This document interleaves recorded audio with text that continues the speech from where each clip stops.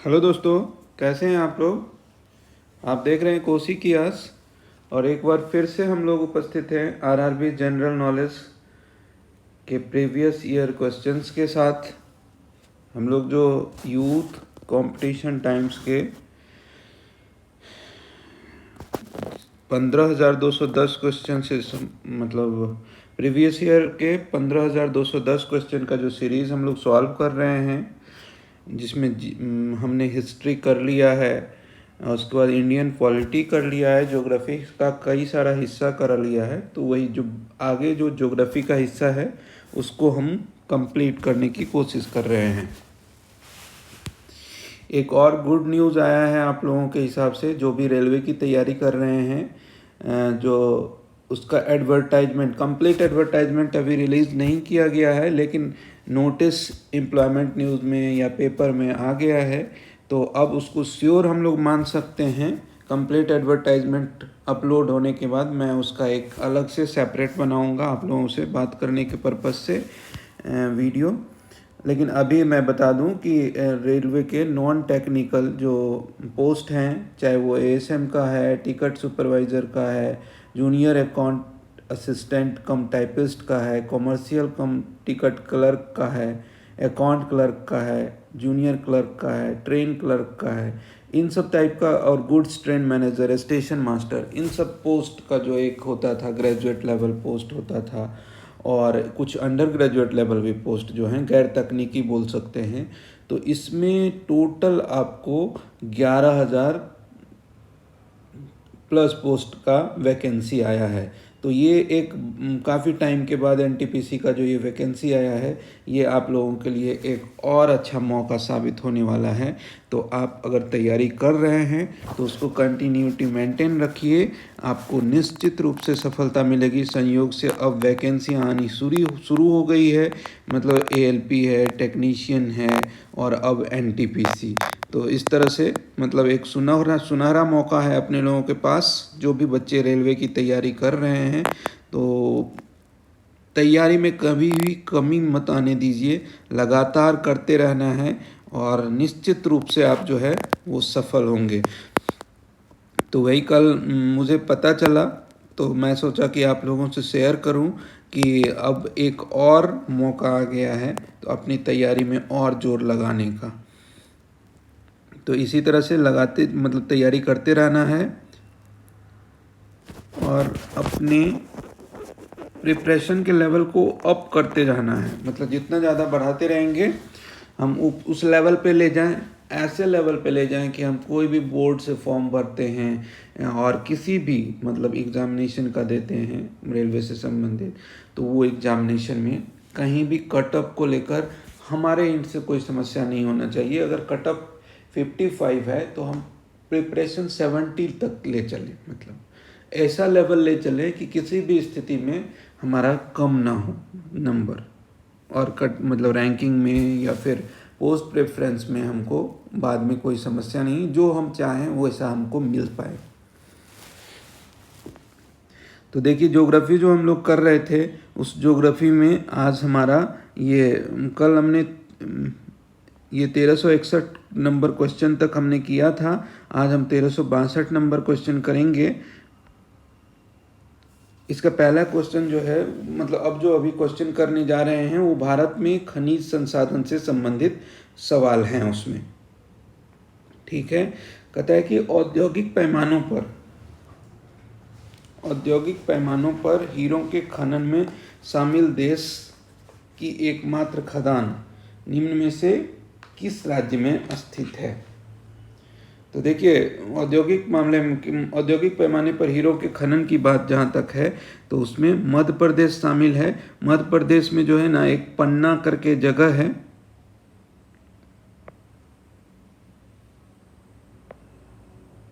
कहता है कि औद्योगिक पैमाने पर हीरो की खनन में शामिल देश ही नहीं अपितु एशिया का एकमात्र हीरे की खान। याद रखना है कि सिर्फ भारत ही नहीं, एशिया का एकमात्र हीरे की खान मध्य प्रदेश का पन्ना जिले के मझगवां में स्थित है। कहाँ स्थित है? मध्य प्रदेश के पन्ना के मझगवां में स्थित है। ये सिर्फ मतलब भारत का ही नहीं, दुनिया का एशिया का एकमात्र हीरे की खान है। मध्य प्रदेश के बारे में एक और बात बोला गया है कि गौरतलब है कि मध्य प्रदेश भारत का सबसे बड़ा सीमेंट उत्पादक देश भी राज्य भी है। ठीक है।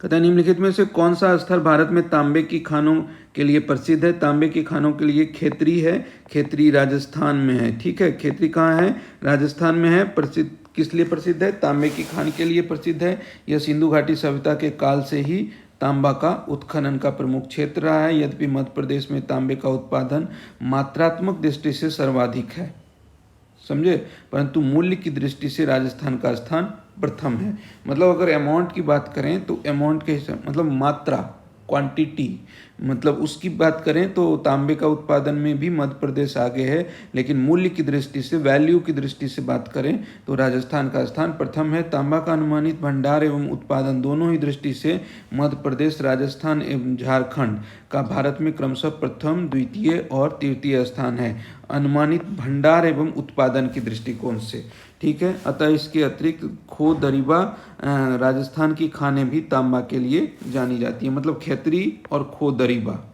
खेतरी और खो दरीबा जो है वो तांबा के उत्पादन के लिए जानी जाती है। कर्नाटक में वल्लाड़ी, चिकमंगलूर, तुमकुरू बेल्ट इनमें से किस खनिज के भंडार के लिए प्रसिद्ध है? बल्लाड़ी, चिकमंगलूर, तुमकुरू जो है वो आपको लौह अयस्क के लिए प्रसिद्ध माना जाता है। लौह अयस्क के लिए प्रसिद्ध माना जाता है। लौह अयस्क का जो प्रकार है वो कौन कौन सा है? हेमाटाइट, मैग्नेटाइट, लिमोनाइट और सीडेराइट। हेमाटाइट को सबसे उत्तम किस्म का लोहा माना जाता है, जबकि सीडेराइट को सबसे निम्न किस्म का। मैग्नेटाइट भारत में मुख्य रूप से प्रायद्वीपीय भारत के राज्य कर्नाटक, तमिलनाडु, केरल तथा गोवा में पाया जाता है। भारत में सर्वाधिक तांबे का भंडार जो है मूल्य की दृष्टि से राजस्थान में है, जबकि मात्रात्मक दृष्टि से मध्य प्रदेश में है। मोनोजाइट का सर्वाधिक भंडार जो है भारत के केरल राज्य में है। लौह एवं इस्पात उद्योग भारत के इनमें से किस क्षेत्र में सर्वाधिक मौजूद है?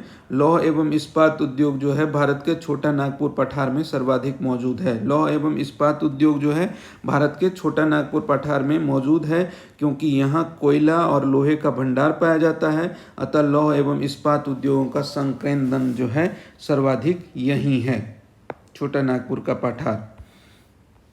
निम्न में से किस राज्य में जेट ब्लैक ग्रेनाइट का सबसे बड़ा भंडार है? जेट ब्लैक ग्रेनाइट का सबसे बड़ा भंडार जो है जेट ब्लैक ग्रेनाइट का वो कर्नाटक में है। जेट ब्लैक ग्रेनाइट का सबसे बड़ा भंडार कर्नाटक में है। झारखंड की गुआ खान निम्नलिखित में से किस खनिज से संबंधित है? झारखंड की गुआ खान जो है वो लौह अयस्क से संबंधित है। झारखंड की गुआ खान जो है वो लौह अयस्क से संबंधित है। यह झारखंड में सिंहभूम जिले में स्थित है। यहाँ से हेमेटाइट अयस्क मिलता है। गुआ खान से क्या मिलता है? गुआ खान जो है वो लौह अयस्क से संबंधित है, झारखंड के सिंहभूम जिले में है और हेमेटाइट अयस्क का खनन किया जाता है। मोनेजाइट अयस्क भारत के इनमें से किस राज्य की रेत में पाया जाता है? मोनेजाइट जो है रेत में बिखरा भारत के केरल राज्य में पाए जाते हैं। मोनाजाइट जो है रेत में बिखरा भारत के केरल राज्य में पाया जाने वाला प्रमुख अयस्क है। इसमें थोडियम जैसे दुर्लभ तत्व भी प्राप्त होते हैं। दक्षिण भारत में विश्व का सर्वाधिक थोडियम पाया जाता है। इसका परमाणु क्रमांक 90 एवं रंग भूरा होता है। इसका गलनांक 145 डिग्री सेल्सियस, क्वथनांक जो है 2800 डिग्री सेल्सियस और आपेक्षिक घनत्व जो है 11.23। मोनोजाइट के बारे में बोला जाता है। इसका उपयोग फोटो इलेक्ट्रिक सेल एवं नाभिकीय ऊर्जा के उत्पादन में नाभिकीय ईंधन के रूप में प्रयोग किया जाता है। किसका? मोनोजाइट का। भारत के झारखंड बंगाल कोयला बेल्ट में स्थित सबसे महत्वपूर्ण गोंडवाना कोयला क्षेत्र जो है वो दामोदर घाटी को बोला गया है। भारत का झारखंड बंगाल कोयला बेल्ट में स्थित सबसे महत्वपूर्ण गोंडवाना कोयला क्षेत्र दामोदर घाटी क्षेत्र में स्थित बोला है। दामोदर घाटी को भारत में कुकिंग कोयले का मुख्य केंद्र माना जाता है। दामोदर घाटी के बेसिन में महत्वपूर्ण कोयला क्षेत्र झड़िया, रानीगंज, पश्चिम बोकारो, पूर्वी बोकारो, रामगढ़, दक्षिण करणपुरा और उत्तरी करणपुरा है। प्रसिद्ध खेतरी खदान भारत के किस राज्य में है? अभी हमने पढ़ा कि खेतरी जो है तांबे के लिए प्रसिद्ध है और राजस्थान में है। खेतरी नगर का निर्माण जो है हिंदुस्तान कॉपर लिमिटेड के द्वारा किया गया है। हिंदुस्तान कॉपर लिमिटेड भारत सरकार के अंतर्गत एक सार्वजनिक क्षेत्र का उपक्रम है। स्वतंत्र भारत का पहला तेल क्षेत्र डैश में खोजा गया था। स्वतंत्र भारत का सबसे पहला तेल क्षेत्र जो है वो असम में खोजा गया था। सर्वप्रथम खनिज तेल कुआं असम के माकूम क्षेत्र में, असम के माकूम क्षेत्र में 1867 ईस्वी में खोदा गया। तदुपरांत डिगबोई में 1889 में तेल कुएं की खुदाई की गई। यहाँ के प्रमुख तेल उत्पादक डिगबोई, नहरकटिया तथा सुरमा घाटी है। डिगबोई, नहरकटिया तथा सुरमा घाटी है। गुजरात का अंकलेश्वर क्षेत्र इनमें से किस ऊर्जा संसाधन के लिए प्रसिद्ध है? गुजरात का अंकलेश्वर क्षेत्र जो है वो पेट्रोलियम ऊर्जा संसाधन के लिए प्रसिद्ध है। गुजरात का अंकलेश्वर क्षेत्र किसके लिए प्रसिद्ध है? पेट्रोलियम संसाधन के लिए प्रसिद्ध है। यह गुजरात का सबसे बड़ा तेल क्षेत्र है। यह गुजरात का सबसे बड़ा तेल क्षेत्र है जो भरूच जिले में स्थित है। जवाहरलाल नेहरू ने अंकलेश्वर तेल क्षेत्र समृद्धि का फव्वारा कहा था। जवाहरलाल नेहरू ने अंकलेश्वर क्षेत्र को समृद्धि का फव्वारा कहा था। कहाँ है अंकलेश्वर? गुजरात में। अंकलेश्वर क्षेत्र जो है वो गुजरात में है। निम्न में से किस राज्य में भारत का सबसे बड़ा कोयला भंडार है? झारखंड में सबसे बड़ा कोयला भंडार है। मतलब झारखंड में जो है 24.88%, इसके बाद ओडिशा में 24.60% और छत्तीसगढ़ में जो 20.18% तथा पश्चिम बंगाल में 9.57 है। झारखंड का झड़िया कोयला का बृहत्तम कोयला भंडार का प्रतिनिधित्व करता है। झड़िया जो है झारखंड का वो सबसे बृहत्तम कोयला भंडार का प्रतिनिधित्व करता है। निम्नलिखित में से किस राज्य में 1901 के बाद भारत में सबसे पुरानी ऑपरेटिंग तेल रिफाइनरी है? ये आपका 1901 के बाद से, मतलब तो वो असम में हो जाएगा। डिगबोई असम तेल रिफाइनरी सबसे पुरानी तथा सबसे बड़ी परिचालन तेल रिफाइनरी है। इसकी स्थापना असम ऑयल कंपनी द्वारा 1901 ईस्वी में की गई थी। डिगबोई तेल क्षेत्र रिफाइनरी में स्थापित क्षमता 0.50 MMTPA मिलियन मीट्रिक टन है प्रतिवर्ष है। 1906 में रिफाइनरी के आधुनिकीकरण से 0.65 MMTPA की वृद्धि हुई।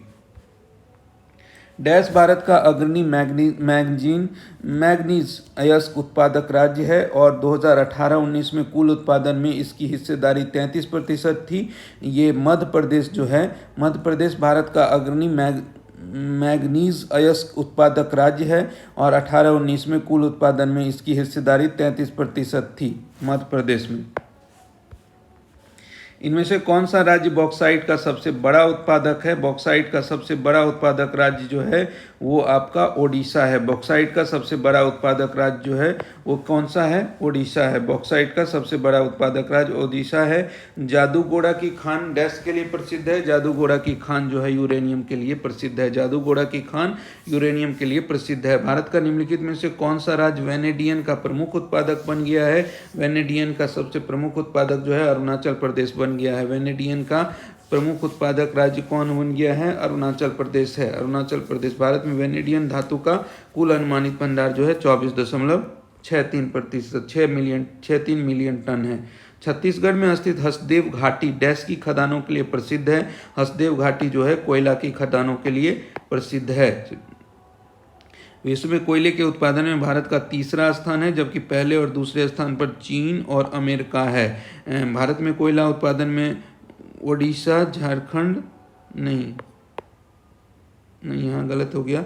झारखंड अभी हमने पढ़ा कि झारखंड सबसे टॉप में है, फिर उड़ीसा है, फिर छत्तीसगढ़ है। एंथ्रेसाइट सबसे उत्तम श्रेणी का कोयला है। कोयले को उद्योग की रोटी या काला सोना भी कहा जाता है। लौह अयस्क का खान बदम पहाड़ किस राज्य में स्थित है? बदम पहाड़ जो है आपका वो ओडिशा में है। बादाम पहाड़ जो है वो लौह अयस्क की खान बादाम पहाड़ किस राज्य में है? ओडिशा में है।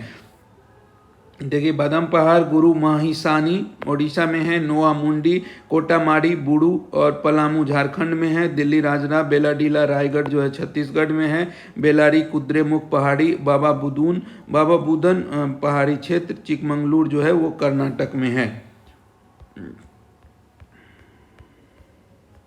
दिए गए विकल्पों में विश्व का सबसे बड़ा अभ्रक भंडार किस देश में स्थित है? अभ्रक भंडार जो है आपका भारत में स्थित है। दिए गए विकल्पों में विश्व का सबसे बड़ा अभ्रक भंडार किस देश में स्थित है? भारत में स्थित है। अभ्रक एक खनिज है। अभ्रक के उत्पादन में भारत विश्व का सबसे बड़ा देश है। अभ्रक का प्रमुख अयस्क जो है फीमाटाइट आंध्र प्रदेश, झारखंड, बिहार, राजस्थान में पाया जाता है। भारत में विश्व के 60% अभ्रक का उत्पादन किया जाता है। अभ्रक के 3 मुख्य किस्में हैं। श्वेत अभ्रक, रूबी अभ्रक भी कहलाता है, और पीत अभ्रक, इसे फ्लोगोफाइट भी कहते हैं, फ्लोगोफाइट भी कहते हैं, और श्याम अभ्रक जो है इसे बायोटाइट भी कहते हैं। श्याम अभ्रक जो है उसे बायोटाइट भी कहते हैं। श्वेत जो है रूबी अभ्रक भी कहलाता है। पीत जो है प्लोगोपाइट भी कहते हैं। श्याम अभ्रक इसे बायोटाइट कहते हैं। गुजरात में स्थित प्रसिद्ध पेट्रोलियम साइट का नाम क्या है? गुजरात में स्थित प्रसिद्ध पेट्रोलियम साइट का नाम जो है वो अंकलेश्वर है। अंकलेश्वर गुजरात में स्थित प्रसिद्ध पेट्रोलियम साइट का नाम है। अंकलेश्वर तेल क्षेत्र गुजरात राज्य का सबसे बड़ा तेल क्षेत्र है। यह गुजरात राज्य के भरूच जिले में स्थित है। भारत के प्रथम प्रधानमंत्री पंडित जवाहरलाल नेहरू ने अंकलेश्वर तेल क्षेत्र को समृद्धि का फव्वारा कहा था। पंडित जवाहरलाल नेहरू ने। अभ्रक के बारे में निम्नलिखित में से कौन सा कथन सही है? तो बोल रहा है कि यह लोहा, सिलिका और मैग्नीशियम से मिलकर बना होता है। ये कथन सही है बिल्कुल। अभ्रक एक बहुउपयोगी खनिज है जो आग्नेय तथा रूपांतरित चट्टानों में परतों के रूप में पाया जाता है। आग्नेय तथा रूपांतरित चट्टानों में परतों के रूप में पाया जाने वाला एक बहुउपयोगी खनिज अभ्रक है। यह पारदर्शक, लचीला और ताप विद्युत निरोधक होता है। यह लोहा, पोटेशियम, सिलिका, मैग्नीशियम से मिलकर बना होता है। किस किस से बना होता है अभ्रक? लोहा, पोटेशियम, सिलिका, मैग्नीशियम से मिलकर बना होता है। भूपर पट्टी में अभ्रक का भाग जो है वो 5% होता है। तो यहाँ इसमें हमारा ऑप्शन जो है यह लोहा, सिलिका और मैग्नीशियम से मिलकर बना होता है, वो सही है। ओडिशा के कोरापुट जिले के पंचपटमाली में किस खनिज का विशाल भंडार मौजूद है? ओडिशा के कोरापुट जिले के पंचपटमाली में जो प्रसिद्ध है वो बॉक्साइट है। बॉक्साइट खनिज का विशाल भंडार है। भारत के इनमें से किस राज्य में यूरेनियम का सबसे बड़ा भंडार है? यूरेनियम का सबसे बड़ा भंडार जो है वो आपको आंध्र प्रदेश में है। यूरेनियम काले रंग का परमाणुवीय खनिज है। इसकी प्राप्ति आर्कियन एवं धारवाड़ शैलों से होती है। इसकी प्राप्ति यूरेनियम को मेटल ऑफ होप बोला गया है। यूरेनियम को मेटल ऑफ होप बोला गया है। मेटल ऑफ होप किसे बोला गया है? यूरेनियम को मेटल ऑफ होप के नाम से जाना जाता है। आंध्र प्रदेश में यूरेनियम का सबसे बड़ा भंडार मौजूद है। यहाँ के कडप्पा जिले में स्थित तुमलापल्ली यूरेनियम खदान देश की सबसे बड़ी यूरेनियम खदान है। झारखंड का जादूगोड़ा क्षेत्र यूरेनियम के उत्पादन हेतु प्रसिद्ध है। झारखंड का जादूगोड़ा क्षेत्र जो है यूरेनियम के उत्पादन के लिए प्रसिद्ध है। इनमें से किस भारतीय राज्य में हेमेटाइट के सर्वाधिक भंडार मौजूद हैं? मतलब ये ओडिशा हेमेटाइट के लिए हेमेटाइट का सबसे ज़्यादा भाग कहाँ मौजूद है? तो वो ओडिशा में हो जाएगा। इसमें बोला गया है कि भारत में मुख्यतः 4 लोहा अयस्क के जो 4 मुख्य प्रकार होते हैं, मैग्नेटाइट, हेमेटाइट, लिमोनाइट और सीडेराइट। तो हेमेटाइट किस्म के लोहे के सर्वाधिक भंडार जो है उड़ीसा में है। लोहा अयस्क भंडार के शीर्ष राज्य कर्नाटक, ओडिशा, झारखंड। लोहा अयस्क के शीर्ष राज्य जो है ओडिशा है, फिर छत्तीसगढ़ है, फिर कर्नाटक है। लोहा अयस्क की बात होगी, देखिए कोयला की बात होगी तो आपको झारखंड सबसे ऊपर, फिर ओडिशा, फिर छत्तीसगढ़। और लोहा अयस्क की बात होगी तो ओडिशा, छत्तीसगढ़ और कर्नाटक। भारत में अधिकांश क्रोमाइट भंडार कहाँ है? क्रोमाइट भंडार जो है वो ओडिशा में है। क्रोमाइट लोहा और क्रीमियम का अयस्क ऑक्साइड है। क्रोमियम का ऑक्साइड है जो कि आग्नेय शैलों में पाया जाता है। अप्रैल 15 के आधार पर देश में क्रोमाइट का अनुमानित भंडार 344.02 मिलियन टन है। इसमें 102.21 मिलियन टन संरक्षित तथा 241.81 मिलियन टन संचित भंडार है। संचित भंडार तथा उत्पादन दोनों ही दृष्टियों से ओडिशा इस पर एकाधिकार 90% से अधिक है। ठीक है। क्रोमाइट जो है लोहा और क्रीमियम का एक ऑक्साइड है और इसका सबसे बड़ा भंडार जो है वो ओडिशा में लगभग 90% है। झारखंड के इनमें से किस जिले में बॉक्साइट पाया जाता है? बॉक्साइट जो झारखंड के जो लोहरदगा, गुमला और लातेहार तीनों जिले में पाया जाता है, तो इसलिए सभी इनमें से सभी इसका आंसर हो जाएगा। लोहरदगा को बॉक्साइट नगरी के रूप में भी जाना जाता है। भारत के कौन से राज्य में कोयले का सर्वाधिक भंडार है? कोयले का सर्वाधिक भंडार जो है आपका झारखंड में है। ठीक है,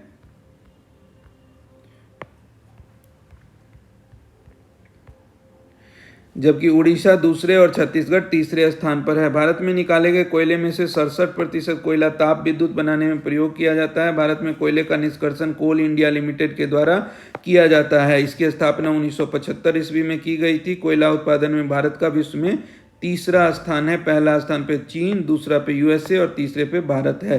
कार्बन की मात्रा के आधार पर कोयला 4 प्रकार के होते हैं: एंथ्रासाइट, बिटुमिनस, लिग्नाइट और पीट। सबसे शुद्ध कोयला को एंथ्रासाइट कहते हैं।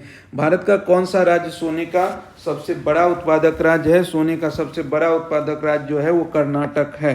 कर्नाटक है जो पूरे देश के करीब 88.7% सोना निकालता है। यहाँ कोलार, धारवाड़, हसन, रायचूर जिलों में सोना निकाला जाता है, जबकि चीन विश्व का सबसे बड़ा सोना उत्पादक है। तो कोयला में भी चीन आगे है हमसे और सोना में भी चीन आगे है हमसे। निम्नलिखित में से कौन सा भारतीय खदान दुनिया की सबसे बड़ी यूरेनियम खदानों में से एक है? वो तुमालापल्ली खदान। तुमालापल्ली खदान जो है वो यूरेनियम अयस्क खदान आंध्र प्रदेश के कडप्पा जिले में स्थित है। भारत के परमाणु ऊर्जा आयोग द्वारा किए गए शोध परिणामों विश्लेषकों ने यह निष्कर्ष निकाला कि यह खदान दुनिया में यूरेनियम का सबसे बड़े भंडार में एक हो सकती है। यूरेनियम का उपयोग परमाणु ऊर्जा संयंत्र में ईंधन के रूप में किया जाता है। भारत के किस राज्य में सबसे पुराना और सबसे बड़ा तेल क्षेत्र मौजूद है? सबसे पुराना और सबसे बड़ा तेल क्षेत्र जो है असम में मौजूद है। सबसे बड़ा तेल उत्पादक क्षेत्र डिगबोई सबसे पुराना और सबसे बड़ा, यह भारत के असम राज्य के तिनसुकिया जिले में स्थित है। 1901 ईस्वी में इसे एशिया की पहली रिफाइनरी के रूप में शुरू किया गया था। किस भारतीय राज्य में सबसे अधिक अभ्रक भंडार पाया जाता है? अभ्रक भंडार जो है आंध्र प्रदेश में सबसे अधिक अभ्रक भंडार है। यहाँ का नेल्लोर जिला अभ्रक उत्पादन के लिए प्रसिद्ध है। इंडियन मिनरल्स ईयरबुक 2018 के अनुसार अभ्रक भंडार में आंध्र प्रदेश जो है 41% योगदान देता है। निम्नलिखित में से गुजरात राज्य में स्थित कौन सा शहर अपने हीरे उद्योग के लिए प्रसिद्ध है? हीरा उद्योग के लिए जो है सूरत प्रसिद्ध है। हीरे उद्योग के लिए गुजरात का सूरत और नवसारी शहर जो है प्रसिद्ध है। सूरत में हीरे की कटिंग और पॉलिश का कार्य होता है। वर्तमान में विश्व में प्रचलित 10 हीरों में से 8 हीरों की कटिंग और पॉलिश सूरत में होती है। सिंगरेनी खदानें किस राज्य में स्थित है? सिंगरेनी खदानें जो है वो तेलंगाना राज्य में स्थित है। सिंगरेनी खदानें जो है वो किस राज्य में स्थित है? तेलंगाना में स्थित है। डिगबोई खानों में निम्न में से कौन सा प्रचुर मात्रा में पाया जाता है? डिगबोई खानों में से निम्न में से कौन सा प्रचुर मात्रा में पाया जाता है? तो वो पेट्रोलियम है। पेट्रोलियम जो है वो डिगबोई खानों में से प्रचुर मात्रा में पाया जाता है। भारत का सबसे पुरानी तेल रिफाइनरी डिगबोई में है। भारत की सबसे पुरानी तेल रिफाइनरी जो है वो किस में है? डिगबोई में है। वो कहाँ स्थित है? असम में स्थित है। अंकलेश्वर एक प्रसिद्ध पेट्रोलियम स्थल है जो कहाँ स्थित है? वो गुजरात में स्थित है। अंकलेश्वर जो है वो गुजरात के भरूच जिले में स्थित एक खनिज तेल उत्पादक है। यह तेल खोज 1958 में हुई थी, जबकि उत्पादन 1961 से प्रारंभ हुआ था। गुजरात राज्य में नवगांव, कोसंबा, सन्नद्ध, नदी घाटी, कदी, कोलपाद, कठाना, ढोलका आदि स्थानों पर भी तेल का विस्तार है। बालाघाट खानों में निम्नलिखित में से कौन सी धातु प्रचुर मात्रा में पाई जाती है? बालाघाट खानों में जो है बालाघाट में आपका जो मैंगनीज, बालाघाट खानों में निम्नलिखित में से कौन सी धातु प्रचुर मात्रा में पाई जाती है? मैंगनीज पाई जाती है। उत्तर प्रदेश के मिर्जापुर और सोनभद्र में डैश खनिज पाया जाता है। उत्तर प्रदेश के मिर्जापुर और सोनभद्र में संगमरमर पाया जाता है। उत्तर प्रदेश के मिर्जापुर और सोनभद्र में संगमरमर पाया जाता है। मिर्जापुर जो है चूना पत्थर, पाइराइट्स, एस्बेस्टस आदि के लिए, और सोनभद्र जो है चाइना क्ले, सिलीमेनाइट, चूना पत्थर, कोयला, पाइराइट्स के लिए प्रसिद्ध है। भारत में जिप्सम और चांदी के अयस्क का एक बड़ा हिस्सा डैश में निकाला जाता है। भारत में जिप्सम और चांदी के अयस्क का एक बड़ा हिस्सा जो है वो आपको राजस्थान से निकाला जाता है। कर्नाटक स्वर्ण के लिए, जिप्सम और चांदी के लिए झारखंड, कोयला के लिए राजस्थान, जिप्सम और चांदी के लिए राजस्थान, कोयला के लिए झारखंड, लौह अयस्क और क्रोमाइट के लिए ओडिशा। बॉक्साइट को रांची, जामनगर, जबलपुर, कोल्हापुर और सेवला हिल्स में व्यापक रूप से वितरित किया गया जाता है, क्योंकि इन क्षेत्रों में सरफेस डिपॉजिट होता है जहां डैश मिट्टी पाई जाती है, जहां लेटेराइट मिट्टी पाई जाती है। बॉक्साइट टर्शियरी युग में निर्मित लेटेराइट सेलों से संबंधित है जो एल्युमिनियम का ऑक्साइड है। यह अवशिष्ट अपक्षय का प्रतिफल है जिससे सिलिका का निक्षालन होता है। यह लौह भस्म के रूप में प्राप्त होता है। बॉक्साइट में 55 से 65% एल्यूमिना की मात्रा पाई जाती है। यह मुख्य रूप से रांची, जामनगर, जबलपुर, कोल्हापुर और सेवरॉय हिल्स के क्षेत्रों में प्राप्त होती है। बांदा, सोनभद्र और मिर्जापुर जिलों में कौन सा खनिज पाया जाता है? बांदा, सोनभद्र और मिर्जापुर जिलों में कौन सा खनिज पाया जाता है? तो ये डोलोमाइट है। डोलोमाइट जो है बांदा, सोनभद्र और मिर्जापुर जिलों में कौन सा खनिज पाया जाता है? डोलोमाइट। भारत में मैंगनीज का सबसे बड़ा उत्पादक राज्य कौन सा है? भारत में मैंगनीज का सबसे बड़ा उत्पादक राज्य जो है ओडिशा है। कर्नाटक राज्य के कोलार खान सोना खान के लिए प्रसिद्ध है। मैंगनीज अयस्क के उत्पादन में भारत विश्व स्तर पर दक्षिण अफ्रीका, चीन और ऑस्ट्रेलिया के बाद चौथे स्थान पर है। मैंगनीज अयस्क के उत्पादन में भारत का विश्व में कौन सा स्थान है? चौथा स्थान है। लौह अयस्क के निर्माण में मैंगनीज एक महत्वपूर्ण अवयव है। मैंगनीज का उपयोग शुष्क बैटरी के निर्माण में भी किया जाता है। हजारीबाग खानों में प्रचुर मात्रा में निम्नलिखित धातुओं में से कौन सी पाई जाती है? तांबा पाई जाती है। ठीक है। भारत के प्रमुख तांबा उत्पादक राज्य जो है वो उत्पादक राज्य और उसके क्षेत्र से संबंधित है। राजस्थान, झारखंड में सिंहभूम और हजारीबाग में तांबा पाया जाता है, जबकि राजस्थान में खैतरी सबसे प्रमुख है। झुंझुनू, अलवर, सिरोही। महाराष्ट्र में कोल्हापुर और मध्य प्रदेश में बालाघाट। कर्नाटक में चीतल, दुर्ग, हासन और रायचूर है।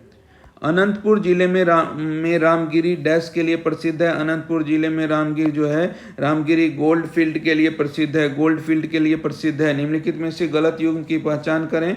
तो मतलब जो खैतरी जो है लोहा के लिए, यही गलत है क्योंकि खैतरी राजस्थान में है और झुंझुनू जिले में है और यह तांबे के लिए प्रसिद्ध है।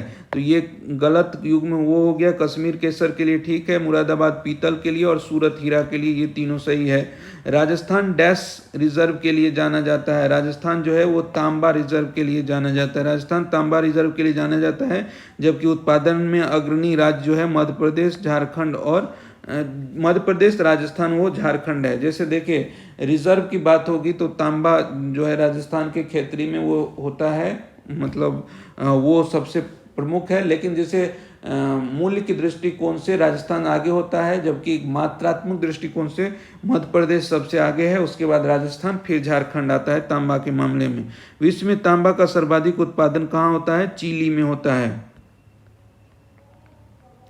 यहाँ कुछ खनिज हैं और उसके शीर्ष उत्पादक देश का नाम है। तो मैंगनीज जो है वो दक्षिण अफ्रीका और फिर चीन में, लोहा चीन, ऑस्ट्रेलिया, बॉक्साइट ऑस्ट्रेलिया, चीन, चांदी मैक्सिको और पेरू, यूरेनियम कजाकिस्तान और कनाडा, पेट्रोलियम जो है सऊदी अरब और अमेरिका, थोडियम जो है भारत और अमेरिका। कोलार गोल्ड फील्ड जो है डैश में स्थित है। कोलार गोल्ड फील्ड जो है कर्नाटक में है। कोलार गोल्ड फील्ड जो है कहाँ है? कर्नाटक में है। भारत में सोने का सर्वाधिक उत्पादक राज्य जो है कर्नाटक राज्य है। इस राज्य में सोने की खदानें धारवाड़, हासन और रायचूर जिले में स्थित है। यह राज्य भारत में 88% सोने का उत्पादन है। इसके अलावा आंध्र प्रदेश और झारखंड के कुछ भागों में भी सोना निकाला जाता है। निम्न में से इसकी खदानें कर्नाटक में बहुतायत से मिलती है। तो ये है आपका सोना।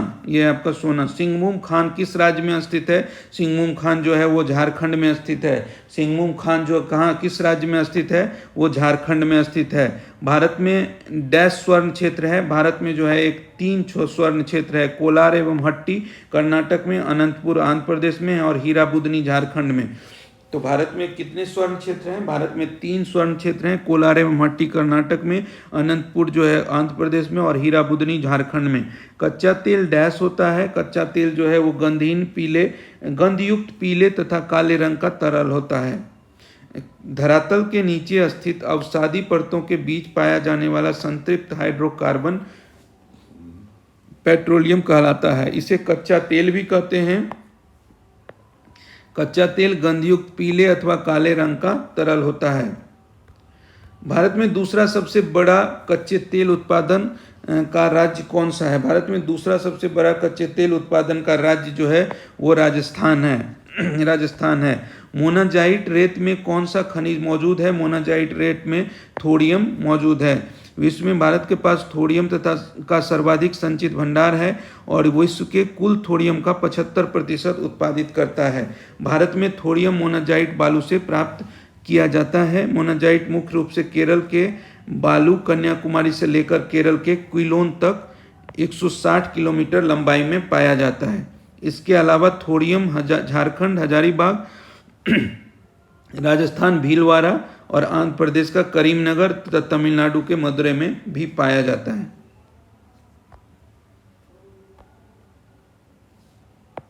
ठीक है।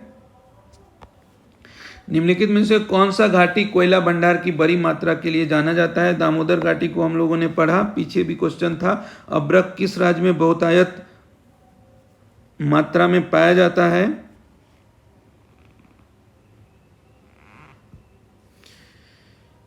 देखिए, अभी यहाँ ऑप्शन के इस दृष्टिकोण से जाएंगे तो बिहार होगा, लेकिन 2018 के मुझसे आया था तो अब्रक सीड के उत्पादन में भारत का विश्व में प्रथम स्थान है, जबकि भारत के आंध्र प्रदेश में सर्वाधिक भंडार जो है वो 41% है, राजस्थान में 28 और उड़ीसा में 17% है। चूंकि यह 2018 से पहले का है इसलिए इसमें बिहार ऑप्शन दिया है, लेकिन आज की स्थिति में अब बात करें तो अब्रक में मतलब आंध्र प्रदेश जो है सबसे बड़ा उत्पादक राज्य है 41% के साथ। ठीक है। मयूरभंज खाने निम्नलिखित धातुओं में से किसके लिए जानी जाती है? मयूरभंज खाने जो है वो आपको लौह अयस्क के लिए, मयूरभंज जो है खाने जो है वो लौह अयस्क के लिए प्रसिद्ध है। मयूरभंज खाने जो है वो लौह अयस्क के लिए प्रसिद्ध है। भारत में सबसे पुराना तेल क्षेत्र कौन से राज्य में स्थित है? सबसे पुराना तेल क्षेत्र असम में डिगबोई में स्थित है। एशिया का सबसे पुराना तेल उत्पादक क्षेत्र कहाँ है? वही असम में डिगबोई। अंकलेश्वर और कलोल के डैश के 2 क्षेत्र हैं। अंकलेश्वर और कलोल जो है गुजरात के 2 क्षेत्र हैं, 2 तेल क्षेत्र हैं। अब भारत में प्रमुख उद्योग से संबंधित कुछ सवालों को देख लेते हैं। निम्नलिखित में से कौन सा शहर भारत में लौह एवं इस्पात उत्पादन के लिए प्रसिद्ध नहीं है? तो देखिए, अब लौह एवं इस्पात के लिए बोला जा रहा है कि प्रसिद्ध नहीं है, वो बताइए। तो आपका सूरत हो जाएगा। सूरत जो है मतलब वो कपड़े उद्योग के लिए है और हीरे के लिए प्रसिद्ध है, जबकि बोकारो, भिलाई और जमशेदपुर लौह अयस्क के लिए प्रसिद्ध है। ठीक है। सूरत कपड़ा उद्योग और डायमंड कटिंग और पॉलिशिंग के लिए प्रसिद्ध है। निम्नलिखित में कौन सा शहर भारत का सिलिकॉन वैली बोला जाता है? सिलिकॉन वैली बेंगलुरु को बोला जाता है। सिलिकॉन वैली किसको बोला जाता है? बेंगलुरु को बोला जाता है। बेंगलुरु को भारत की आईटी राजधानी या सिलिकॉन वैली के रूप में जाना जाता है, क्योंकि यहाँ भारत की लगभग सभी सॉफ्टवेयर कंपनियों का मुख्यालय है। चेन्नई को बड़े ऑटोमोबाइल मैन्युफैक्चरिंग के लिए वजह से डेट्रॉइट ऑफ इंडिया कहा जाता है। देखिए, सिलिकॉन वैली बेंगलुरु को इसलिए कहा जाता है क्योंकि वो, और उसे आईटी राजधानी भी बोला जाता है भारत का, क्योंकि जितनी सॉफ्टवेयर कंपनियां हैं भारत में उनका मुख्यालय बेंगलोर में है। उसी तरह से चेन्नई में ऑटोमोबाइल मैन्युफैक्चरिंग का हब है, इसलिए इसे डेट्रॉइट ऑफ इंडिया कहा जाता है। निम्नलिखित में से किस वर्ष में इंडियन ऑयल कॉर्पोरेशन की स्थापना हुई? इंडियन ऑयल कॉर्पोरेशन की स्थापना 1959 में हुई, जिसे मतलब इंडियन ऑयल कॉर्पोरेशन की स्थापना 1959 ईस्वी में हुई। देश की अग्रणी राष्ट्रीय तेल कंपनी है। इसे महारत्न का दर्जा प्राप्त है। भारत के प्रमुख महारत्न कंपनियों का नाम और उसका वर्ष, स्थापना वर्ष के बारे में है। एनटीपीसी राष्ट्रीय ताप विद्युत निगम जो है 1975 में, भारतीय पेट्रोलियम कॉर्पोरेशन लिमिटेड बीपीसीएल 1977 में, भारत हैवी इलेक्ट्रिकल लिमिटेड भेल 1964 में, उसके बाद कोल इंडिया लिमिटेड 75 में, हिंदुस्तान पेट्रोलियम कॉरपोरेशन लिमिटेड जो है ये 1974 में। कोल इंडिया लिमिटेड की स्थापना कब हुई, अब आगे क्वेश्चन, तो 1975 में।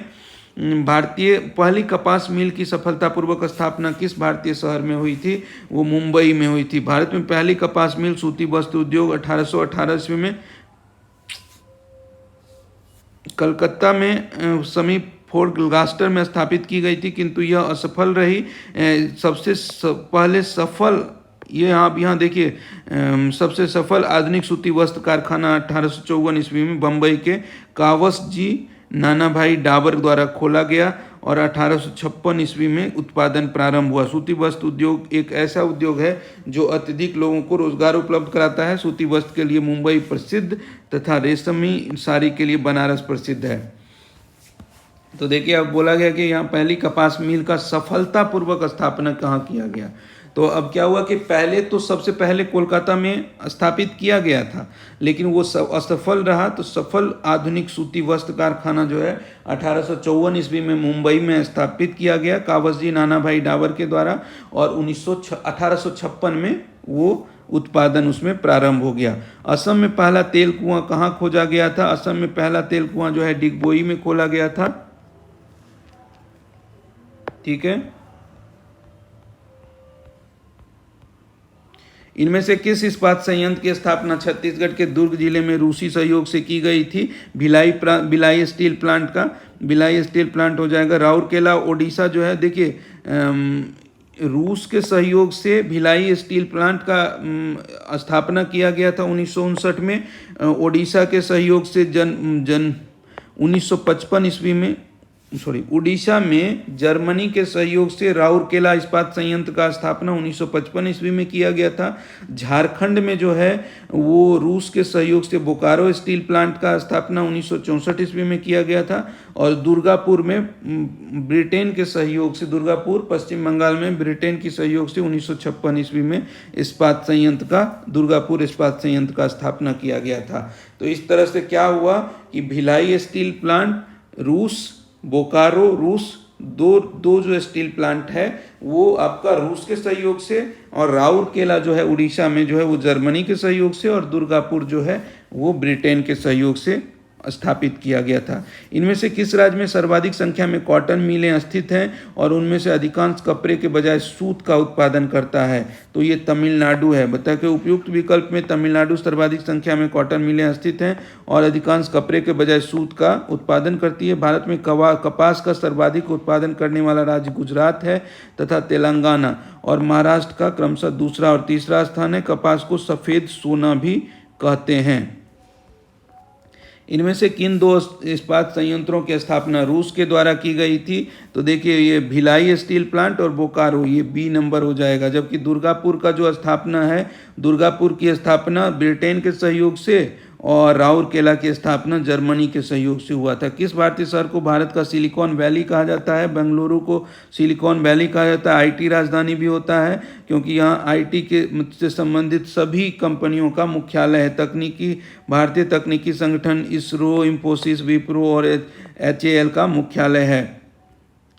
निम्नलिखित में से कौन सी भारत की सबसे बड़ी तेल कंपनी है, सबसे बड़ी तेल company Indian oil corporation limited, IOCL जो है भारत की सबसे बड़ी तेल कंपनी है। इसकी स्थापना 1959 ईस्वी में की गई थी। इसका मुख्यालय नई दिल्ली में है। वर्ष 2019 में फॉर्च्यून ग्लोबल 500 सूची में इसे 88वां स्थान मिला था।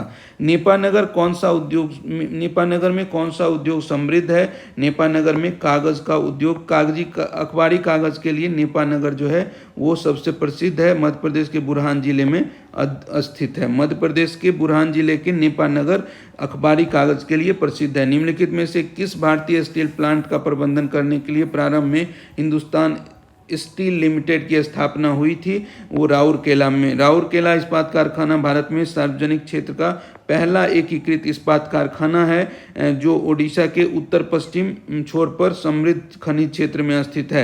आरंभ में हिंदुस्तान स्टील लिमिटेड को राउरकेला इस्पात कारखाने का प्रबंधन करने के लिए स्थापित किया गया था। वर्ष 1973 में स्टील अथॉरिटी ऑफ इंडिया का गठन करके भिलाई, राउरकेला, दुर्गापुर, बोकारो का प्रबंधन इसे सौंप दिया गया था।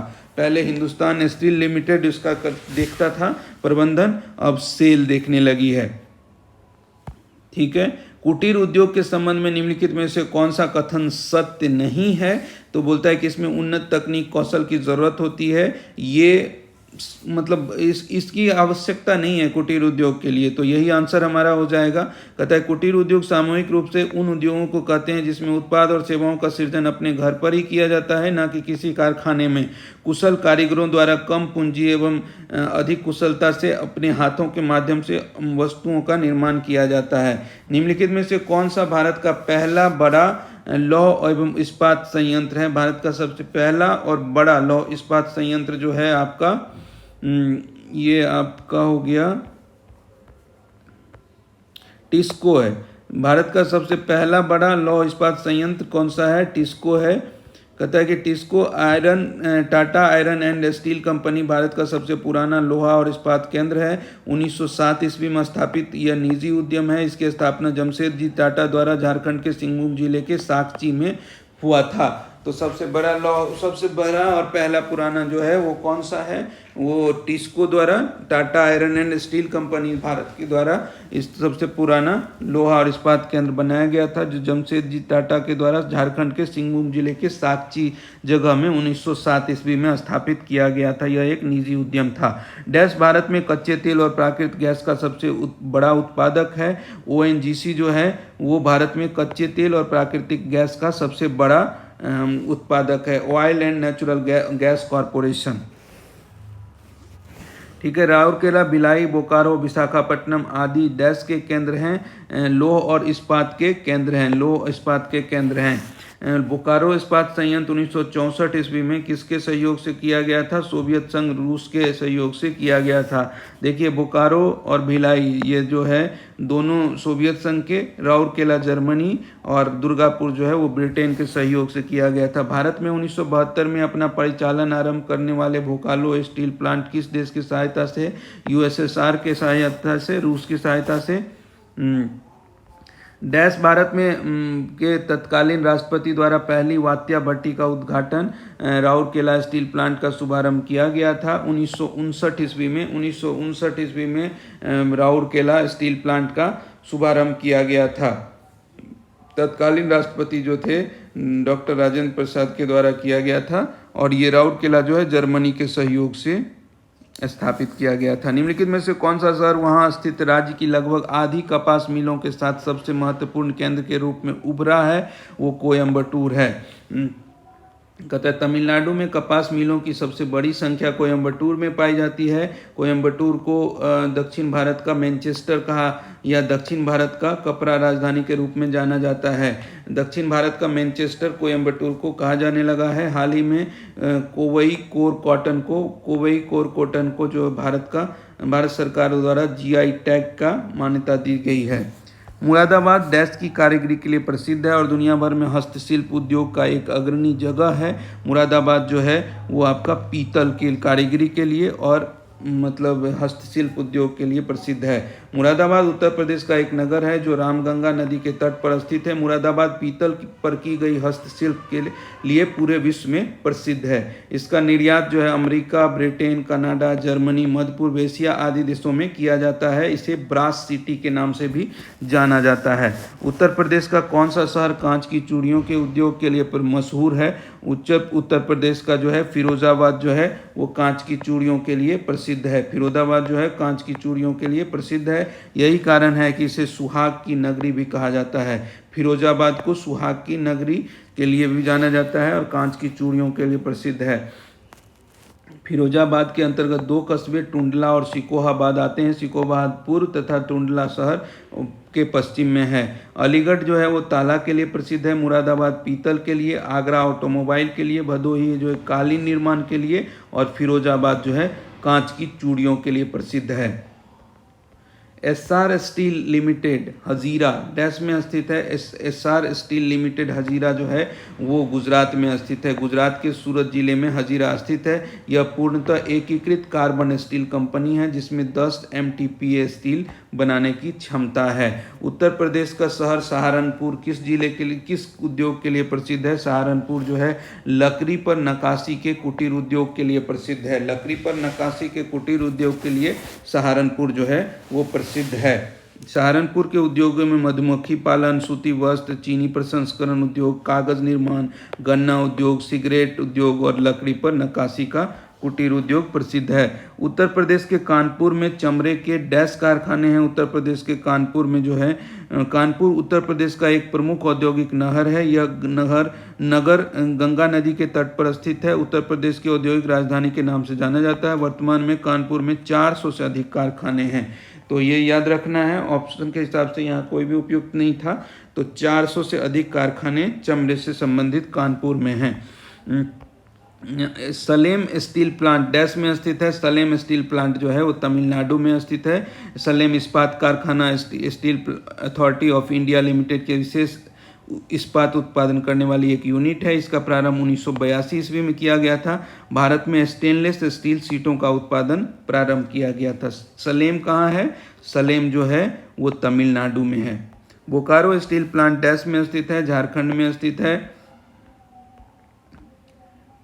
यूपी में डैश क्षेत्र के बुनकर किसी भी डिजाइन के कालीन बनाने की बहुमुखी प्रतिभा के लिए प्रसिद्ध है। विशेष रूप से प्राचीन फारसी बुनाई के लिए उनकी हमेशा बड़ी मांग रहती है। तो ये आपका है मिर्ज़ापुर। यूपी के मिर्ज़ापुर क्षेत्र के बुनकर कालीन बनाने की बहुमुखी प्रतिभा के लिए प्रसिद्ध है। विशेष रूप से प्राचीन फारसी बुनाई के लिए हमेशा बड़ी मांग रहती है। यहाँ के तैयार कालीन जो है दुनिया में अपनी पहचान बना चुकी है। प्राचीन और आधुनिक डिजाइनों में तैयार यहाँ के कालीन को विश्व बाजार में बड़ी मांग है। डैश भारत का सर्वप्रथम तटवर्ती आधुनिक समेकित इस्पात का कारखाना है। ये विजाग इस्पात कारखाना। विजाग इस्पात कारखाना भारत का पहला तटवर्ती आधुनिक समेकित इस्पात कारखाना है जिसकी स्थापना 1982 में की गई थी। इसे विशाखापत्तनम स्टील प्लांट के नाम से भी जाना जाता है। यह संयंत्र तटवर्ती राज्य आंध्र प्रदेश के विशाखापत्तनम में स्थित है। इसके अतिरिक्त तमिलनाडु के सलेम जिले में सालेम इस्पात कारखाना, कर्नाटक के हॉस्पेट, विजयनगर इस्पात कारखाना निर्माणाधीन है। ठीक है, तो विजाग जो है, विजाग कहाँ है? विशाखापत्तनम में है। स्टील प्लांट है। तटवर्ती आधुनिक समेकित इस्पात कारखाना के रूप में प्रसिद्ध है। ब्रास सिटी मार्जुला के नज़दीक कुपी पर उत्तराखंड में स्थापित की गई है। ब्रास सिटी मार्जुला जो है वो मार्जुला के नज़दीक कुपी पर अल्मोड़ा उत्तराखंड में स्थापित की गई है। डैश को मैनचेस्टर ऑफ इंडिया कहा जाता है। अहमदाबाद को मैनचेस्टर ऑफ इंडिया कहा जाता है। कोयम्बटूर को दक्षिण भारत का मैनचेस्टर कहा जाता है। कोयम्बटूर को दक्षिण भारत का मैनचेस्टर और कानपुर को उत्तर भारत का मैनचेस्टर कहा जाता है। देखिए, भारत का मैनचेस्टर अहमदाबाद गुजरात को कहते हैं। मुंबई को भारत के सूती वस्त्रों की राजधानी कहा जाता है। कानपुर को उत्तर भारत का मैनचेस्टर और कोयम्बटूर को दक्षिण भारत का मैनचेस्टर कहा जाता है। रिसरा में पहली जूट मिल की स्थापना डैश में हुई थी, कोलकाता में हुई थी। सन 1859 ईस्वी में कोलकाता के समीप रिसरा नामक स्थान पर पहला जूट कारखाना खोला गया था। स्वतंत्रता प्राप्ति के समय भारत के विभाजन के सर्वाधिक प्रभावित होने वाले उद्योग यही था। जूट उत्पादन में भारत विश्व में प्रथम स्थान रखता है। इसको बर्नपुर डैश में स्थित एक स्टील प्लांट है। पश्चिम बंगाल में स्थित Indian iron and steel company Paschim Bengal के बर्नपुर में स्थित है। इसकी स्थापना 1918 ईस्वी में की गई थी। उल्लेखनीय है कि निजी क्षेत्र के इस्पात संयंत्र इसको का स्वामित्व 4 जुलाई 1972 को भारत सरकार ने अपने हाथ में ले लिया। इसको का वैचारिक विलय 2006 में भारतीय इस्पात प्राधिकरण सेल में कर दिया गया है। ऐश्वर्य ऑयल फील्ड। ऐश्वर्य ऑयल फील्ड कहाँ है? ऐश्वर्य ऑयल फील्ड राजस्थान में है। ऐश्वर्य ऑयल फील्ड जो है राजस्थान के बाड़मेर जिले में स्थित है। भारत में दूसरी सबसे बड़ी तेल क्षेत्र की खोज हुई है। यहाँ तेल की उत्पादन 2013 से शुरू हुआ है जो कि 30,000 बैरल प्रतिदिन था। मथुरा रिफाइनरी मतलब उत्तर प्रदेश की इकलौती रिफाइनरी है। यह देश में भारतीय तेल रिफाइनरी श्रृंखला में डैश स्थान पर आती है, 6वें स्थान पर आती है। मथुरा रिफाइनरी उत्तर प्रदेश में स्थित है। मथुरा रिफाइनरी इंडियन ऑयल की डैश रिफाइनरी को 6th है, 6वां है। 1982 में भारत के उत्तर पश्चिम क्षेत्र में पेट्रोलियम उत्पादों की मांग को पूरी करने के लिए 6 MMTPA की क्षमता के साथ शुरू किया गया था। पानीपत रिफाइनरी किसके अंतर्गत आती है? पानीपत रिफाइनरी जो है IOCL के अंतर्गत आती है। पानीपत रिफाइनरी IOCL के अंतर्गत आती है। यह रिफाइनरी हरियाणा के पानीपत के बहोली नामक गांव में स्थित है। इसकी स्थापना 1998 में की गई थी। अब परमाणु एवं विद्युत ऊर्जा से संबंधित क्वेश्चन को देख लेते हैं कि भारत का पहला वाणिज्यिक परमाणु ऊर्जा संयंत्र तारापुर निम्नलिखित में से किस राज्य में स्थित है? तो तारापुर जो है आपका महाराष्ट्र में स्थित है। तारापुर किस राज्य में स्थित है? महाराष्ट्र में स्थित है। निम्नलिखित में से कौन सा भूतापीय ऊर्जा का स्रोत नहीं है? भूतापीय ऊर्जा का स्रोत जो नहीं है वो बायोमास है। बायोमास भूतापीय ऊर्जा का स्रोत नहीं है। बायोमास जो है वो पौधों या पशु अपशिष्ट है जिसे विद्युत या ऊष्मा उत्पन्न करने के लिए जलाया जाता है। तो इसलिए भूमास जो है भूतापीय ऊर्जा का स्रोत नहीं है। निम्नलिखित में से कौन सी नहर प्रणाली हरियाणा में नहीं है? हरियाणा में गंडक जो है वो नहीं है। गंडक परियोजना बिहार और उत्तर प्रदेश से संबंधित है। ये संयुक्त नदी घाटी परियोजना है गंडक परियोजना बिहार और उत्तर प्रदेश का। भारत की पैथन जल विद्युत परियोजना कहाँ स्थित है? भारत की पैथन जल विद्युत परियोजना जो है वो महाराष्ट्र में स्थित है। देखिए जायकवाड़ी पैथन जल विद्युत परियोजना महाराष्ट्र गोदावरी नदी से संबंधित है। रतले पनबिजली परियोजना जो है जम्मू कश्मीर चिनाब नदी पर है। पेरियार जो केरल है पेरियार नदी। माही पन विद्युत परियोजना जो है अनारा माही की सहायक नदी राजस्थान में। माता टीला बेतवा पे है उत्तर प्रदेश हो गया। तीस्ता जो हो गया तीस्ता नदी पर पश्चिम बंगाल और सिक्किम हो गया। नाभिकीय ऊर्जा के विकास से संबंधित कौन सा भारतीय संगठन कोलकाता में स्थित है? नाभिकीय ऊर्जा के विकास से संबंधित परवर्ती ऊर्जा साइक्लोट्रॉन केंद्र VECC जो है वो कोलकाता में स्थित है। VECC जो है वो परवर्ती ऊर्जा साइक्लोट्रॉन केंद्र जो है वो नाभिकीय ऊर्जा के विकास से संबंधित वो कोलकाता में स्थित है। यह परमाणु ऊर्जा विभाग भारत सरकार के अधीन अनुसंधान एवं विकास से संबंधित एक प्रमुख घटक एवं होमी जहांगीर भाभा राष्ट्रीय उद्यान के घटक संस्थाओं में से एक है। यह केंद्र त्वरित विज्ञान एवं प्रौद्योगिकी, नाभिकीय विज्ञान, सामग्री विज्ञान और अन्य संबंधित क्षेत्रों में उल्लेखनीय अनुसंधान एवं विकास के प्रति संदर्भित है। निम्नलिखित में से कौन सा भारत का सबसे पुराना नाभिकीय अनुसंधान रिएक्टर है? तो ये आपका अप्सरा को बोला गया है। भारत का सबसे पुराना नाभिकीय अनुसंधान रिएक्टर अप्सरा है। यह 1956 ईस्वी में भाभा एटॉमिक रिसर्च सेंटर के ट्राम्बे परिसर में स्थापित किया गया है। निम्नलिखित में से कौन सा नाभिकीय ऊर्जा उत्पादन का प्रमुख खतरा है? नाभिकीय ऊर्जा उत्पादन का प्रमुख खतरा जो है भंडारण और प्रकीर्णन है। नाभिकीय ऊर्जा उत्पादन का प्रमुख खतरा भंडारण और प्रकीर्णन है। नाभिकीय परमाणु ऊर्जा उत्पादन के विभिन्न चरणों के दौरान उत्पादित अवशिष्ट पदार्थ को परमाणु कचरा कहा जाता है। इस कचरे में रेडियोधर्मी अवशिष्ट मौजूद होते हैं जिससे पर्यावरणीय समस्याएं उत्पन्न हो सकती है। इनका भंडारण और निस्तारण अच्छे तरीके से होना चाहिए ताकि रेडिएशन ना फैले। निम्नलिखित में से कौन सा कल्पक्कम में परमाणु अनुसंधान हेतु स्थापित अनुसंधान रिएक्टर है? कल्पक्कम में जो है वो कामिनी है। कामिनी जो है वो कल्पक्कम में परमाणु अनुसंधान स्थापित रिएक्टर है, जिसे विशेष रूप से यूरेनियम 233 ईंधन का उपयोग करने के लिए डिजाइन किया गया है। यूरेनियम 233 ईंधन का उपयोग करने के लिए जो रिएक्टर एक अनुसंधान केंद्र बनाया गया है वो कहाँ है? कल्पक्कम तमिलनाडु में। इंटरनेशनल एटॉमिक एनर्जी एजेंसी का सृजन किस वर्ष हुआ है? इंटरनेशनल एटॉमिक एनर्जी एजेंसी का मतलब वो सृजन जो है 1957 ईस्वी में हुआ था। इसका मुख्यालय कहाँ है? वियना ऑस्ट्रिया में है। वर्तमान में इसके अध्यक्ष ये तो अब अभी के हिसाब से करंट के हिसाब से बदल जाएगा। भारत का परमाणु ईंधन परिसर कहाँ है? भारत का परमाणु ईंधन परिसर जो है वो हैदराबाद में है। न्यूक्लियर फ्यूल कॉम्प्लेक्स जो परमाणु ऊर्जा विभाग के अंतर्गत 1971 में स्थापित हैदराबाद में स्थित एक परमाणु संयंत्र है। ठीक है। ताप विद्युत संयंत्र और इसके स्थान तथा इनमें से कौन सा युग्म सुमेलित नहीं है? तो देखिए, ताप विद्युत संयंत्र की बात करें तो नवेली जो है तमिलनाडु में, तालचेर उड़ीसा में, ऊंचाहार परीक्षा जो है वो पनकी उत्तर प्रदेश में, कायाकुलम जो है केरल में, कोरबा और लारा जो है छत्तीसगढ़ में। तो इसमें ऑप्शन के हिसाब से जैसे अगर है तो तालचेर असम जो है वो गलत हो जाएगा। दिए गए विकल्पों में से सही कथन का चयन करें। सही कथन कौन सा है? नरोरा परमाणु विद्युत केंद्र उत्तर प्रदेश में स्थित है, ये सही है। मुंद्रा जो है वो गुजरात में, कुडनकुलम जो है तमिलनाडु में, तालचेर जो है उड़ीसा में। निम्नलिखित में से किस नाभिकीय संयंत्र की क्षमता सर्वाधिक है? तो सबसे ज़्यादा क्षमता वाली नाभिकीय संयंत्र जो है कुडनकुलम नाभिकीय संयंत्र जो है वो है तमिलनाडु के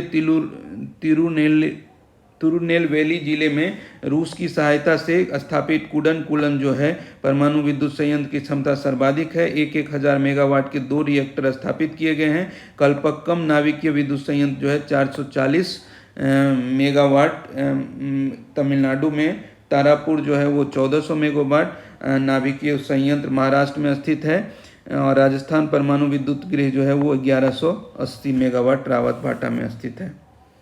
कर्नाटक में स्थित कैगा किसके लिए प्रसिद्ध है? कैगा जो है आपका नाभिकीय संयंत्र के लिए प्रसिद्ध है। एशिया का पहला नाभिकीय रिएक्टर इनमें से कौन सा था?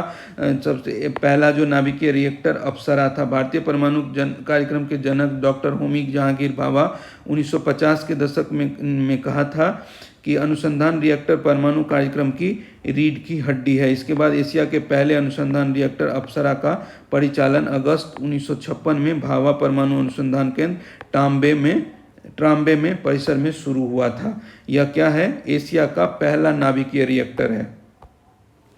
न्यूक्लियर फ्यूल कॉम्प्लेक्स जो है वो कहाँ स्थित है? हैदराबाद में स्थित है। न्यूक्लियर फ्यूल कॉम्प्लेक्स 1971 में इसकी स्थापना की गई थी। प्रस्तावित नाभिकीय संयंत्र शक्ति संयंत्र की स्थापना मध्य प्रदेश के किस जिले में की गई थी? मध्य प्रदेश के मांडला जिले में की गई थी।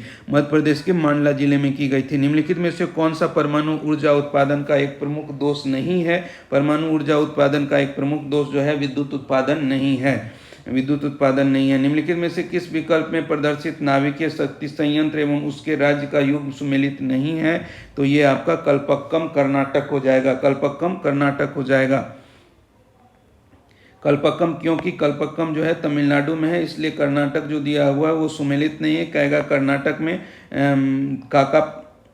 काकारापार गुजरात में, कुडनकुलम जो है तमिलनाडु में है। भारत का सबसे बड़ा नाभिकीय शक्ति केंद्र जो है वो कहाँ है? तारापुर में है। तारापुर में है। तारापुर भारत के महाराष्ट्र राज्य के पालघर जिले में स्थित है। भारत का पहला परमाणु स्टेशन कब स्थापित किया गया था? भारत का पहला परमाणु स्टेशन 1969 ईस्वी में संयुक्त राज्य अमेरिका की सहायता से महाराष्ट्र के तारापुर में स्थापित किया गया था। परमाणु विद्युत गृहों को संचालित करना, योजनाओं और कार्यक्रमों का अनुसरण या परियोजनाओं को लागू करना। 1987 में NPCIL की स्थापना की गई। भारत में 8 परमाणु विद्युत गृह हैं। इसमें 22 परमाणु रिएक्टर सक्रिय हैं, जिसकी कुल क्षमता जो है 6780 मेगावाट है। भारत में पहला नाभिकीय विद्युत संयंत्र कहाँ स्थापित हुआ है? नाभिकीय विद्युत संयंत्र जो है तारापुर में स्थापित हुआ है, महाराष्ट्र में। नाभिकीय ऊर्जा उत्पादन क्षेत्र और सार्वजनिक क्षेत्र के उपक्रमों के बीच संयुक्त उद्यम करने की अनुमति देने के लिए संसद द्वारा परमाणु ऊर्जा संशोधन विधेयक कब पारित किया गया? 2015 ईस्वी में पारित किया गया। निम्नलिखित में से किस एक न्यूक्लियर रिसर्च रिएक्टर का संचालन भाभा परमाणु अनुसंधान केंद्र के द्वारा किया गया था? ध्रुव न्यूक्लियर रिसर्च रिएक्टर भारत का शस्त्र ग्रेड प्लूटोनियम उत्पादन वाला मुख्य रिएक्टर है, जिसका संचालन भाभा परमाणु अनुसंधान केंद्र के द्वारा किया गया था। भाभा अनुसंधान केंद्र की जो स्थापना है 19 दिसंबर 1945 ईस्वी को की गई थी, जिसका प्रमुख उद्देश्य परमाणु ऊर्जा को शांतिपूर्ण अनुप्रयोगों के माध्यम से विद्युत उत्पादन करना। एशिया का पहला न्यूक्लियर रिएक्टर अप्सरा था। अप्सरा है 4 अगस्त 1956 को भाभा एटॉमिक रिसर्च ट्राम्बे परिषद में स्थापित किया गया था। नवंबर 2020 तक प्राप्त जानकारी के अनुसार भारत में कितने परमाणु संयंत्र परिचालित नाभिकीय ऊर्जा रिएक्टर थे? 22 होगा। और कुल उत्पादन जो था उनका 6780 मेगावाट था। भारत में निर्मित प्रथम नाभिकीय रिएक्टर कौन सा? भारत में निर्मित प्रथम नाभिकीय रिएक्टर अप्सरा था। 1956 ईस्वी में उसको शुरू किया गया था। धातव्य के अनुसंधान उद्देश्यों के लिए दूसरा रिएक्टर साइरस कनाडा के सहयोग से विकसित किया गया था, जिसे 1960 में संचालित किया गया। मुंबई में परमाणु ऊर्जा संस्थान का पुनः नामकरण किस भारतीय परमाणु भौतिकविद के नाम से जाना गया है? होमी जहांगीर भाभा। परमाणु ऊर्जा संस्थान मुंबई में जो था उनका पुनः जो नामकरण हुआ वो होमी जहांगीर भाभा के सम्मान में किया गया था। सन 1966 में डॉक्टर भाभा के अकस्मात निधन पर उनके उत्कृष्ट कार्य के सम्मान स्वरूप तत्कालीन प्रधानमंत्री इंदिरा गांधी ने परमाणु ऊर्जा संस्थान ट्राम्बे को महाराष्ट्र भाभा के नाम पर भाभा परमाणु अनुसंधान केंद्र कर दिया। हरियाणा के किस जिले में परमाणु ऊर्जा संयंत्र स्थित है? हरियाणा के जो है फतेहाबाद में परमाणु ऊर्जा संयंत्र स्थित है। भाभा परमाणु अनुसंधान केंद्र बार्क कहाँ स्थित है? मुंबई में स्थित है। भारत के त्रिचरण नाभिकीय शक्ति कार्यक्रम का स्थापना किसने की थी? भारत के त्रिचरणीय नाभिकीय शक्ति का कार्यक्रम की स्थापना डॉक्टर होमी जहांगीर भाभा ने 1950 ईस्वी में की थी। इसका उद्देश्य दक्षिण भारत के समुद्र तटीय क्षेत्रों में पाए जाने वाले मोनोजाइट रेत में व्याप्त थोडियम का उपयोग करते हुए दीर्घ अवधि में भारत को ऊर्जा क्षेत्र में स्वावलंबी बनाना था। दातव्य है कि भारत के पास थोडियम के अत्यधिक भंडार हैं। निम्नलिखित में से किसने भारत का 3 चरण वाला नाभिकीय शक्ति कार्यक्रम तैयार किया था? होमी जहांगीर भाभा ने। किस वर्ष पूर्व प्रधानमंत्री JL नेहरू द्वारा भारत के पहले नाभिकीय रिएक्टर का औपचारिक रूप से उद्घाटन किया गया था? 1957 ईस्वी में पहले नाभिकीय रिएक्टर का औपचारिक तौर पर उद्घाटन जो है अप्सरा के नाम से किया गया था। उसके बाद जो है साइरस और ध्रुव भी 3 ऑपरेटिंग रिसर्च सेंटर रिएक्टर थे। परमाणु ऊर्जा अधिनियम डैश नाभिकीय ऊर्जा सहित इसके उत्पादन के निजी नियंत्रण को प्रतिबंधित करता है? वो 1962। परमाणु ऊर्जा अधिनियम जो है 1962 नाभिकीय ऊर्जा सहित इसके उत्पादन के निजी नियंत्रण को प्रतिबंधित करता है। साहा नाभिकीय भौतिक संस्थान कहाँ स्थित है? साहा जो है वो पश्चिम बंगाल। साहा नाभिकीय भौतिक संस्थान कहाँ स्थित है? पश्चिम बंगाल में स्थित है। साहा नाभिकीय भौतिक संस्थान जो है पश्चिम बंगाल के कोलकाता शहर में स्थित है। निम्नलिखित में से कौन सा विकल्प भारत का सबसे बड़ा परमाणु ऊर्जा संयंत्र है? वो तारापुर परमाणु टावर सेंटर जो है स्टेशन। निम्नलिखित में से कौन सा विकल्प भारत का सबसे बड़ा परमाणु ऊर्जा संयंत्र है? तारापुर परमाणु पावर स्टेशन। भारत के उस सबसे पुराने नाभिकीय रिएक्टर का नाम बताइए जिसे 2018 में पुनः चालू किया गया था? वो अप्सरा। देखिए 1956 भाभा परमाणु अनुसंधान केंद्र ट्राम्बे मुंबई में स्थापित भारत का प्रथम नाभिकीय रिएक्टर था। 53 वर्ष तक काम करने के बाद 2009 में इसे बंद कर दिया गया और अप्सरा के उन्नत वर्जन अप्सरा यू को 10 सितंबर 2018 को चालू किया गया। अप्सरा रिएक्टर की अधिकतम ऊर्जा क्षमता जो है 1 मेगावाट थी, जबकि अप्सरा के उन्नत संस्करण अप्सरा यू की अधिकतम क्षमता जो है 2 मेगावाट है। अप्सरा यू में ईंधन के रूप में निम्न संवर्धित यूरेनियम का प्रयोग होता है। भारत के साइरस रिएक्टर की स्थापना किस स्थान पर हुई है? साइरस रिएक्टर की स्थापना टाम्बे मुंबई। साइरस रिएक्टर की स्थापना टाम्बे मुंबई स्थित भाभा परमाणु अनुसंधान केंद्र में बना एक अनुसंधान रिएक्टर है। इसे कनाडा द्वारा 1954 में भारत को सौंपा गया था, जिसे 1960 में संचालित किया गया। यह भारत में स्थापित होने वाला दूसरा नाभिकीय रिएक्टर था। निम्नलिखित में से किस भारतीय राज्य में नाभिकीय संयंत्र स्थित नहीं है? तो बिहार में नाभिकीय संयंत्र स्थित नहीं है। भारत में 22 नाभिकीय संयंत्र 7 विभिन्न जगहों पर कार्य कर रहे हैं। इन 7 जगहों में काकड़ापाड़ा गुजरात, कल्पक्कम व कोडुनकुलम जो है तमिलनाडु में, नरोरा उत्तर प्रदेश, कैगा कर्नाटक, तारापुर महाराष्ट्र, रावतभाटा राजस्थान में स्थित है। भारत का सबसे नया नाभिकीय संयंत्र कौन सा है? भारत का सबसे नया नाभिकीय संयंत्र जो है वो आपका कुडनकुलन जो है वो तमिलनाडु में स्थित है। भारत का सबसे नया नाभिकीय संयंत्र कुडनकुलन तमिलनाडु में स्थित है। यह संयंत्र रूस के सहयोग से कुडनकुलन जो वो रूस के सहयोग से निर्माण हुआ था। 2002 से 2013 के दौरान स्थापित किया गया है। कुडनकुलन नाभिकीय ऊर्जा संयंत्र दाबानुकूलित जल रिएक्टर प्रौद्योगिकी का प्रयोग करने वाला भारत का पहला परमाणु ऊर्जा संयंत्र है। निम्नलिखित में से कौन सा भारत के नवीनतम परमाणु ऊर्जा संयंत्रों में से एक है? नवीनतम में कुडनकुलन है। काकरापार परमाणु ऊर्जा स्टेशन किस राज्य में स्थित है? काकरापार जो है वो गुजरात में स्थित है। काकरापार गुजरात में, महाराष्ट्र में तारापुर, रावतभाटा राजस्थान में, कैगा जो है कर्नाटक में और कल्पक्कम और कुडनकुलन जो है तमिलनाडु में। काकरापारा परमाणु विद्युत केंद्र कहाँ है? गुजरात में स्थित है। इनमें से कौन सा नाभिकीय रिएक्टर शक्ति रिएक्टर गुजरात में स्थित है? ये आपका काकरापार हो गया। नरोरा परमाणु विद्युत केंद्र कहाँ स्थित है? उत्तर प्रदेश में स्थित है। निम्नलिखित में से कौन सा नाभिकीय शक्ति संयंत्र उत्तर प्रदेश में स्थित है? नरोरा जो हो गया। भारत में नाभिकीय ऊर्जा का उपयोग करके विद्युत उत्पादन में शुरू किया गया था। भारत में नाभिकीय ऊर्जा का उपयोग करके विद्युत उत्पादन कब शुरू किया गया था? अक्टूबर 1969 ईस्वी में शुरू किया गया था।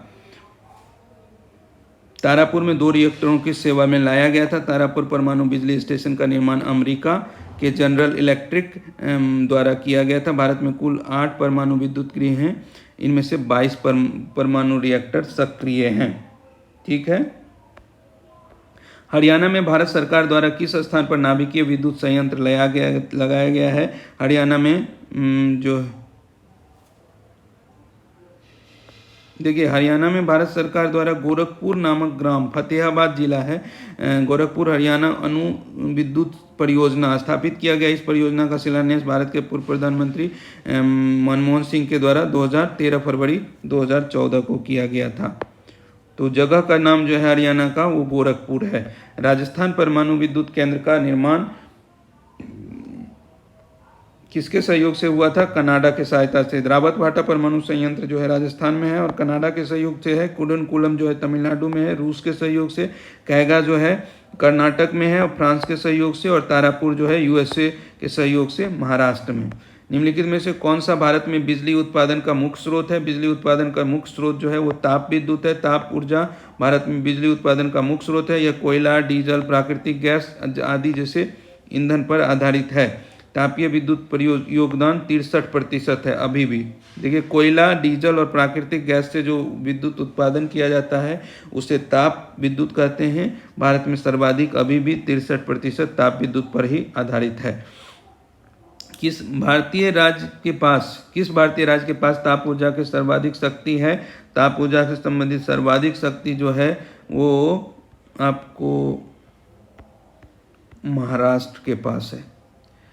भारतीय राज्य महाराष्ट्र के पास ताप ऊर्जा के सर्वाधिक शक्ति उत्पादन क्षमता है। महाराष्ट्र के पास सर्वाधिक विद्युत उत्पादन क्षमता तथा सर्वाधिक ताप ऊर्जा उत्पादन क्षमता वाला राज्य जो है महाराष्ट्र है। भारत विश्व में विद्युत के कुल उत्पादन एवं उपभोग में 3रे स्थान पर, चीन अमेरिका के बाद है। जुलाई 21 के आंकड़े के अनुसार भारत की कुल संस्थापित क्षमता जो है 3,86,888 मेगावाट है। निम्नलिखित में से कौन सा बिजली उत्पादन का एक पर्यावरण के अनुकूल ढंग नहीं है? ये आपका थर्मल पावर जो है। विंड एनर्जी, सोलर पावर, जैव अवशिष्ट जो है पर्यावरण के अनुकूल होता है, जबकि थर्मल पावर जो है वो उसके अनुकूल नहीं है।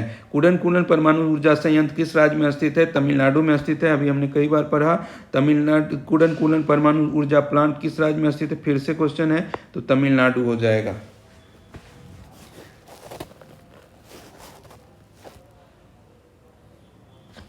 तो देखा जाए तो इस तरह से हमने ज्योग्राफी के 1512 क्वेश्चन नंबर तक जो यूथ पब्लिकेशन का सीरीज दिया हुआ है, क्वेश्चन नंबर दिया हुआ है, वहाँ तक हमने कंप्लीट कर लिया है। अब जो है नेक्स्ट वीडियो में हम लोग कोशिश करेंगे कि भारत में परिवहन और उससे संबंधित और जो अन्य चैप्टर हैं उससे रिलेटेड क्वेश्चन को सॉल्व करेंगे। तो इस तरह से अगर एक बार हम लोग देख लेते हैं तो प्रारंभ के हिसाब से तो हम लोगों ने कितना कवर कर लिया है अभी तक आपको देखिए ब्रह्मांड हमने कर लिया, सौरमंडल कर लिया, पृथ्वी कर लिया, चट्टान, भूकंप, ज्वालामुखी, आर्द्रता एवं वर्षा, स्थानीय पवन, चक्रवात, वायुमंडल, महाद्वीपीय जलमंडल, विश्व की प्रमुख झील एवं प्रपात, स्थलाकृतियाँ, घास का मैदान, विश्व की प्रमुख नहरें, नदियाँ, देशों की राजधानी, मुद्रा, विश्व के प्रमुख शहर, प्रमुख भाषाएं, प्रमुख जनजातियाँ, कृषि और पशुपालन, खनिज, उद्योग, परिवहन, मानचित्र, विविध, इतना हमने कर लिया उधर। और भारत के भूगोल में भी भारत की भौगोलिक स्थिति, भारत का प्राकृतिक विभाजन, अपवाह तंत्र, नदी घाटी परियोजना, भारत की जलवायु, भारत की मिट्टियाँ, भारत में वन्य जीव, वनस्पतियाँ, कृषि और पशुपालन तक हम लोगों ने पहले ही कर लिया है। और अब आज जो हम लोगों ने किया वो भारत में खनिज संसाधन, भारत में प्रमुख उद्योग, परमाणु एवं विद्युत ऊर्जा से संबंधित क्वेश्चन को हम लोगों ने कर लिया है। अब भारत के परिवहन से आगे हम लोग नेक्स्ट वीडियो में करेंगे। एक बार फिर से आप लोगों से बस यही है कि कंटिन्यूटी मेंटेन रखिए, मतलब जो भी 8 घंटे, 7 घंटे, 10 घंटे, जो भी आपका पढ़ने का जो टाइम है, तरीका है, उसको उसमें कमी मत आने दीजिए। आपके लिए खुशखबरी ये है कि और आप रेलवे की प्रिपरेशन कर रहे हैं और सामने से वैकेंसी आना शुरू हो गया है। और पहले ALP, फिर टेक्नीशियन, और अब NTPC के विभिन्न पोस्ट जो आए हैं, ग्रेजुएट लेवल भी और नॉन ग्रेजुएट लेवल भी, मतलब +2 लेवल भी बोल सकते हैं। तो इस तरह से आपके लिए एक सुनहरा मौका है। आप लगातार अपनी तैयारी को जारी रखिए और सफलता के लिए आश्वस्त रहिए कि निश्चित रूप से होगा अगर हम तैयारी करते रहेंगे तो। सारे सब्जेक्ट को, सारे सिलेबस को अपने टाइम टेबल में डिवाइड करिए। आप बेहतर अपने आप को जान सकते हैं, आपसे बेहतर आपकी क्षमता को कोई नहीं जान सकता। इसलिए आप अपने हिसाब से टोटल जो रीडिंग आवर है, आपका पढ़ने का समय है 8 घंटे, 7 घंटे, 6 घंटे, 10 घंटे, जो भी होगा, उसको इस तरीके से डिवाइड करिए कि आप जिस सब्जेक्ट में कम हैं, कमज़ोर हैं, उसमें थोड़ा ज़्यादा, जिसमें हम ठीक हैं उसमें थोड़ा कम, इस तरह से संतुलित करके करिए। हर एक नंबर बहुत इम्पॉर्टेंट है, लेकिन हमको ये भी ध्यान रखना है कि जो टाइम है, आने वाला जो 3 महीना है, 2 महीना है, इसमें किस सब्जेक्ट में हम कितना स्कोर को बढ़ा सकते हैं। हमारा टोटल मतलब एक क्वालिफाइंग तो होता ही है, लेकिन हमारा ये होना चाहिए कि हम नंबर कितना ज़्यादा से ज़्यादा बढ़ा सकें जिसमें कि हम क्वालिफाइंग के आसपास ना रहें, मतलब हम ऐसे लेवल पे रहें कि किसी भी लेवल पे कट ऑफ जाएगा तो हमारा सिलेक्शन हो। ठीक है, तो इसी तरह से जुड़े रहिए और हम लोग अच्छा करते रहेंगे, अपने प्रिपरेशन को और अच्छा बनाते रहेंगे। बहुत बहुत धन्यवाद।